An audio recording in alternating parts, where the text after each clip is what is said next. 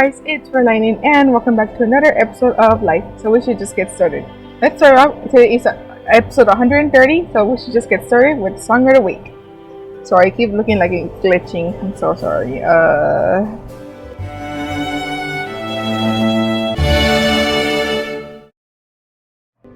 Okay, today's Song of the Week is How Can It Be by Lauren Daigle.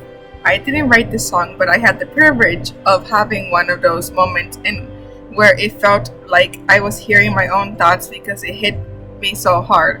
We were going over songs from my EP, and my producer Paul Barry sat down with me and asked to share the song. He thought I might like it. I listened to the song that Paul wrote with Jason Ingram and Jeff Johnson, and as the song played, tears started forming down my face, and I was amazed by it. Then Paul asked if he could paint a picture of me. He told me the story of the woman caught in the adultery in the Bible, and asked me to imagine Jason bending down and writing in the sand. And all of a sudden, the crowd threw this woman at his feet and said, "Look at what she's done. Shouldn't we stone her?" That's what the law requires, they said. Not only was she humiliated, but they threw the law into the mix. That kind of judgment is so wretched. Jesus gets up, and instead of saying, "You're right, that's what she deserves," he steps into the moment and being on the cross and shows her what his purpose was before he even fulfilled it. When Paul told me the story, I thought about everything I had ever done to offend anyone. Things I've said and done that have hurt people and me. Beyond that, things I've done knowing they were wrong before the Lord. In the middle of that, Jesus offers us this relentless grace that is so overwhelming. I could identify with the weight of sin that the woman must have felt, knowing how much that breaks the Father's heart. But because of his goodness, this song made grace make sense to me in a new way. Now, let's move on to the verse of the week. So I thought it looked like it was frozen for a second.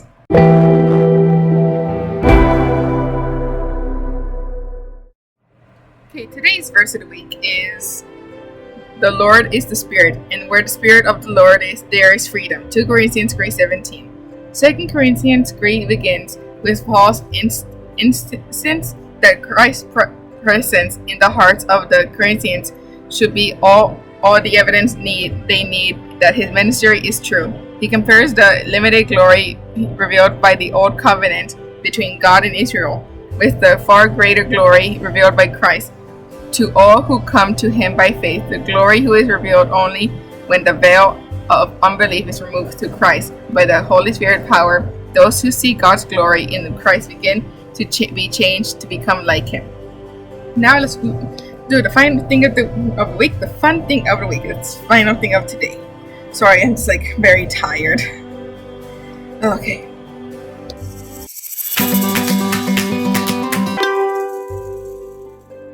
Today's fun thing of the week is VeggieTales, LarryBoy, and the Bad Apple. Bumbleberg is preparing to celebrate its 300th birthday. However, there is one concern about a mysterious web that has appeared around the statue of Obadiah Bumblebee in the town square. While the townspeople fret and prepare for the celebration, LarryBoy is in the Larrymobile on his way back to the Larry Cave, snacking on chocolate truffles. His butler, Alfred, played by Archibald Asparagus, reminds him that eating too much chocolate will make him sick and compromise his ability as a superhero. Back at the cave, LarryBoy becomes sick and admits that he can't control his chocolate addiction. With help from Alfred, he begins a new diet and exercise routine. Meanwhile, a mysterious villain apple named the Bad Apple is formulating a plan to derail the city celebration. Her strategy is to enslave everyone by their own personal temptations, allowing her to take over the city of Bumbleberg. While everybody is incapacitated, she tasks her sidekick, Curly the Worm, with identifying the weaknesses of each of the city's most important citizens, Mayor Blueberry, Porter Petunia, and LarryBoy, for she believes that eliminating these Gray will cripple the city's leadership, communication, and law enforcement. She begins by paying a visit to Mayor Blueberry, whose weaknesses is vanity. Bad Apple preys on this weakness by convincing her that, as a representative of Bumbleberg, it is her duty to look her best, and spins a web in which she claims there are countless beautiful things to improve the mayor's appearance. Heredity validated, I think, her. The mayor steps into the trap.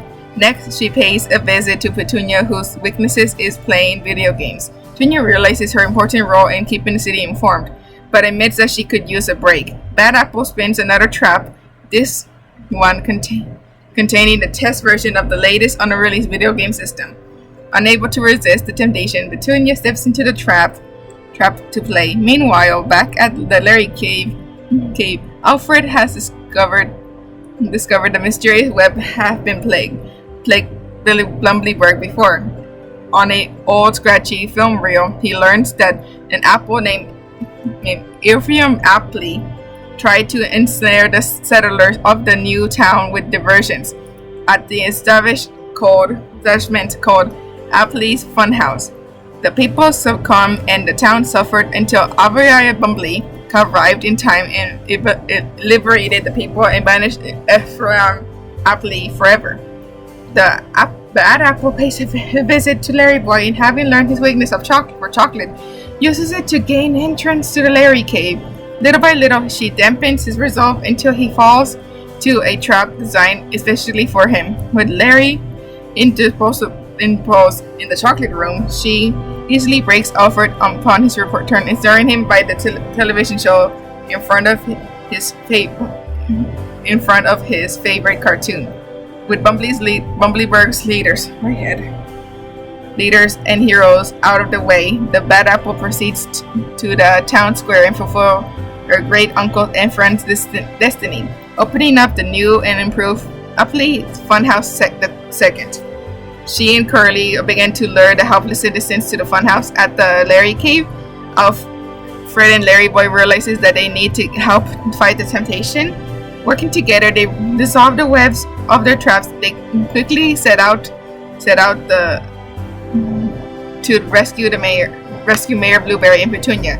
Then they all rush to the town square to fight temptation together. As LarryBoy fights the Bad Apple, the funhouse topples and nearly crushes a mother and her baby. LarryBoy saves them and all of Bumbleberg by fleeing the funhouse, along with the Bad Apple and Curly, out of the square and out of the city.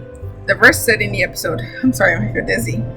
Keep alert and pray, otherwise temptation will overpower you.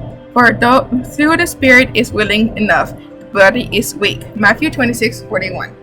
Well, that is all for today. I hope you guys enjoyed this video. In the description below, you can find a link to the song of the week, and you can find the verse of the week where you can read it yourself, and you can find a link to the trailer and the episode of the fun thing of the week. But anyways, that is all for today. I hope you guys enjoyed this video, and you're gonna be seeing some words in 5, 4, 3, 2, 1.